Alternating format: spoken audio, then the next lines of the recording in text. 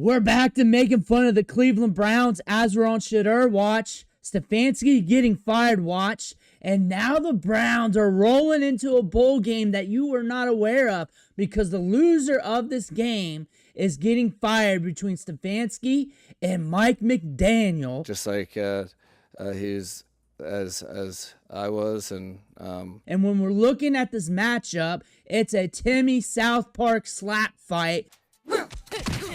And we're going to watch some interesting football. We got some news and nuggets to deep dive from the media today, so you're going to need to click that subscribe button right now because we're keeping you attuned to this story here with the Cleveland Browns, making fun of them every day, looking at the quarterbacks. This is our side quest. We did one on Cam Scatterbo earlier, very similar to this video if you want to look at that.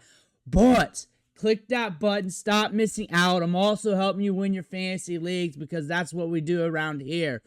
But Stefanski is very excited about Gabriel making his first start in the dog pound. Yeah, I think like any young player, you're looking to make improvement from game to game in a ton of different areas. Obviously, first home game this time, so in front of our fans, so you're not on the silent count, those type of things. So operationally different than a road environment, but no different than any young player to just build on the things that you're doing well. And our job as coaches is identify some of the things that we can help them with, and but incremental improvements from our young players is what's most important. Dillon Gabriel is going to be the starter until he's either done, injured, or Stefanski getting fired. The next question is, what happens at quarterback the rest of the year? You know, how many weeks is Dillon Gabriel going to be given? And then at what point do you go to Shedeur? And then obviously there's another guy in the roster that nobody likes, especially Ken, likes to talk about.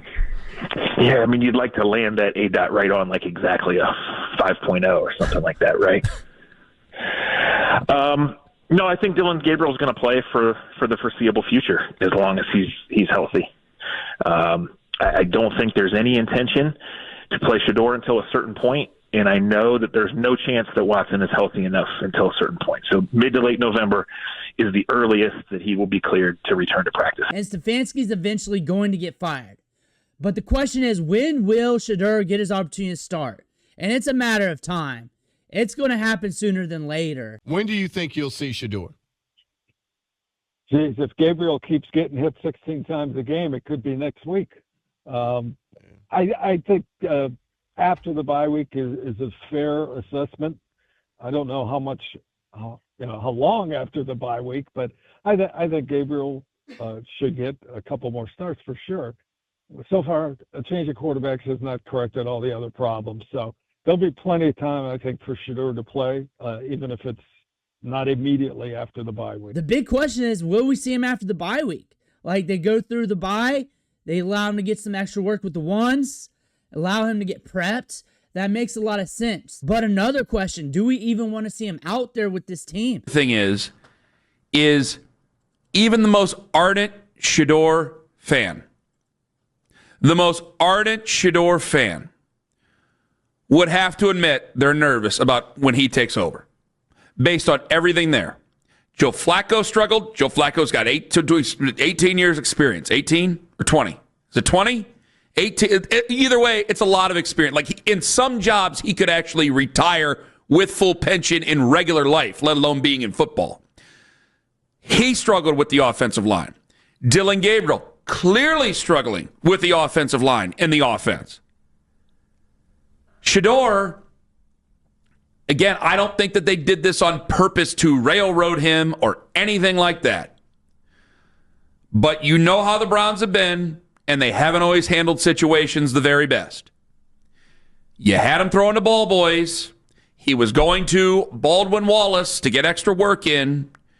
2 weeks ago, was it 2 weeks ago? He was your emergency break glass in case quarterback. Now he's number 2, and now you're going to put him number 1. You can hope that Shedeur Sanders goes out there and defies the odds, because the odds are right now your offensive line will not protect you. The odds are is that your offense is archaic and predictable because your weapons don't necessarily know what they're doing. Maybe with the exception of Jerry Jeudy, the problem is Jerry can't hold on to the football right now. So the other weapons you have are either young, not really good to begin with, or guys who are unproven because they still don't know the offense. Harold Fannin Jr., who does have a lot of potential, but is still a rookie. Quinshon Judkins, a ton of potential, but is still a rookie.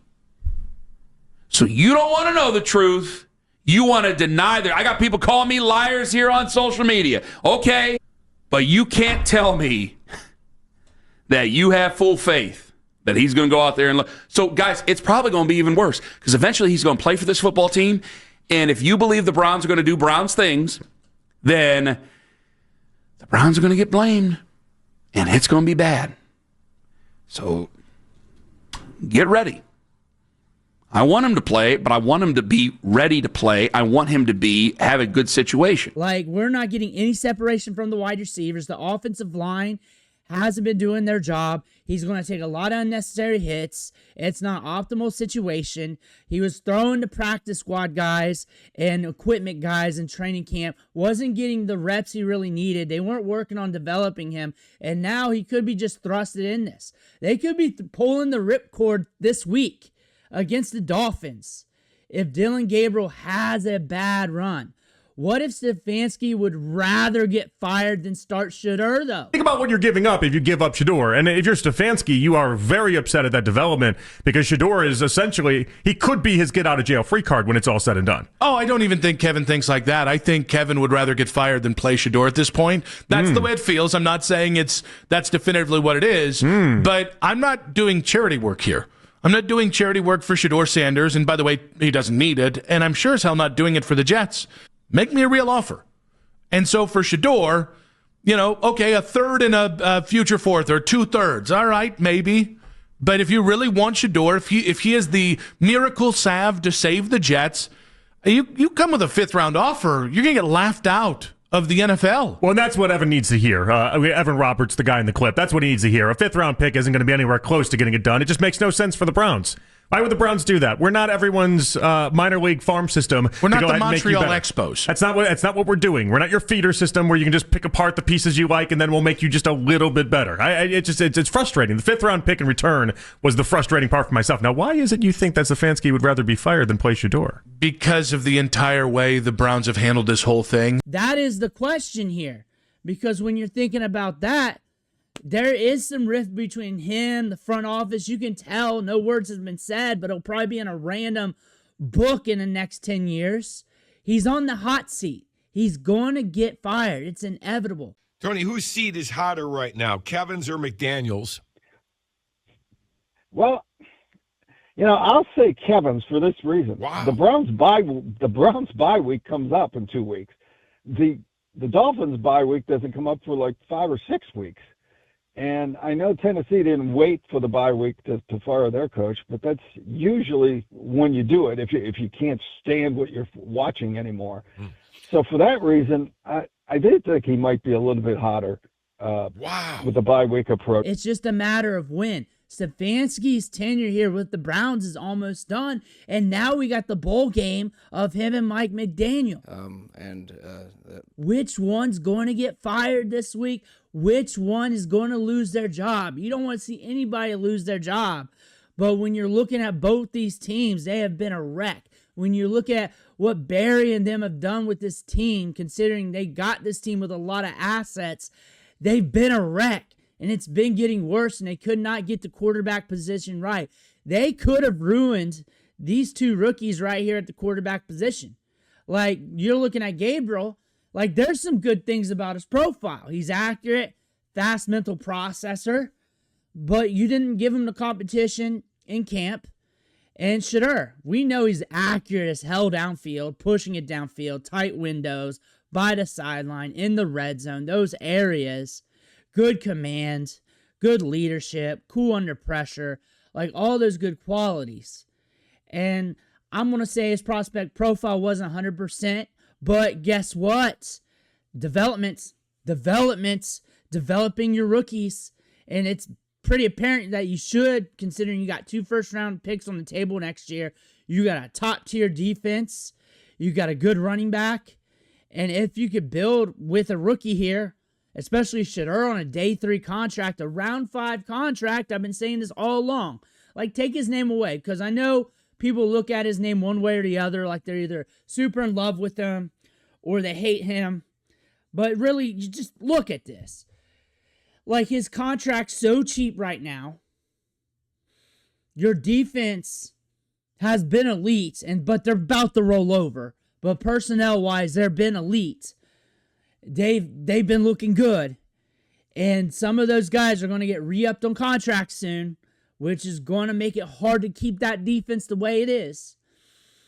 And now you got 2 first-round picks. You can get a wide receiver, offensive lineman, and start stacking it, playing the draft board, moving up and down the draft, acquiring pieces to get this offensive line and these wide receivers racked up while managing the cap pretty well. Because you go into the draft, you pick up a first-round quarterback. There's a little bit more money at the quarterback position, and now you got to build around that. You got to figure out how to build around that. When you already got quarterbacks on your roster, and we're looking at Shedeur, because we know the draft grades coming in prior to draft. We know those. No one mentions that. No one mentions that at all. Like, are you thinking the Browns are going to make a turnaround right now and win the Super Bowl? Are you thinking that? And maybe, I really wasn't thinking about I was looking at this Dolphins matchup, tunnel vision. I wasn't thinking about the bye week for development. That's my bad. I'll say my bad on some stuff. I'm just doing backwards hat. Just going to keep it real. That didn't come across my mind. I was looking at this Dolphins matchup, how soft it is, how they're giving up the deep ball at an alarming rate. He's good at the deep. His prospect profile fits well against the Dolphins. Fits well. This team could work with him. Like, give him some time. They may have to break the glass and bring him out. They may have to do that. This would be a good matchup for it. This is a matchup for Gabriel. If they can get, like, as long as he doesn't do misses like that. If Quinshon Judkins can roll, keep the chains moving, and he just converts on a play here and there. Whoever loses this game, the coach is getting fired. This is the fired bowl. This is it. This game has some stakes to it. This team is getting chopped up. One of these teams are getting chopped up. One of these teams, we're going to see some changes. And then Barry's getting fired probably at the end of the season. That's what we're going to see. We're going to see the house get cleaned out here. And if it's not now, they win this game, it's going to be later. Maybe they did Joe Flacco a favor as I look at him. Maybe they said, hey, finish your career on the high note. Throw to Jamar Chase and company. You had a great career. Finish out getting that last check. Finish that out on a high note. Put out some good tape so you can look at it with your kids when they're older. And he helped with Shedeur. He's helped with all the rookies. Nothing on him. It's this staff here bringing in 4 quarterbacks. And everyone talks about Shedeur like, oh, why are we talking about the backup quarterback all the time? Why are we talking about the third-string quarterback? The thing is, they're all backup quarterbacks. Like, strip the name of starter from one of them. Let's take it to camp. Is Flacco really like a true starter? Like, he can be a starter starting in game, but he's not a starter. You know what I'm saying? Dillon Gabriel, obviously. Now you're looking at Shedeur, 5th rounder working up the depth chart. Has potential. Should he start? He should have been working. At minimum, they should have made that a competition with him and Gabe, like I've been saying the whole time. At minimum. You look at everything else on the roster there. You're looking at those 4 quarterbacks. It's not like they brought a buffer. They brought in buffers. Didn't work out. Kenny Pickett, not a starter. Some think he was going to start the season before he got injured. Some think that. He's not really a starter. It would have been the same story. We saw that story with other teams. He's not really a starter. They didn't have starters here. And they just messed up the opportunities.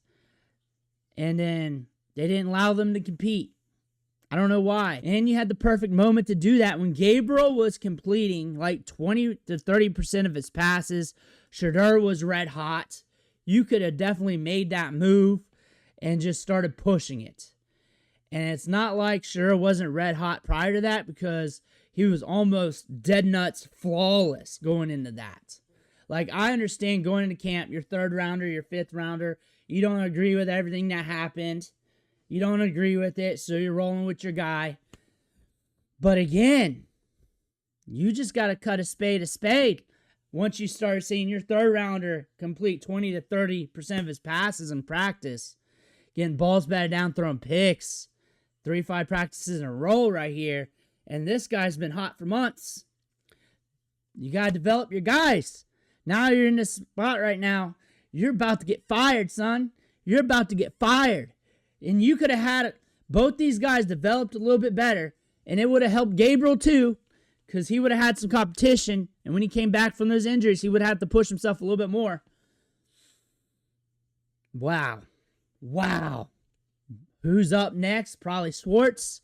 We'll see what's going on this Sunday. I'll probably have another video out for you here soon. Let me know what you think in the comments below. I want to hear about that. Make sure you hit that subscribe button on the way out. Thank you for watching. Catch you on the next video.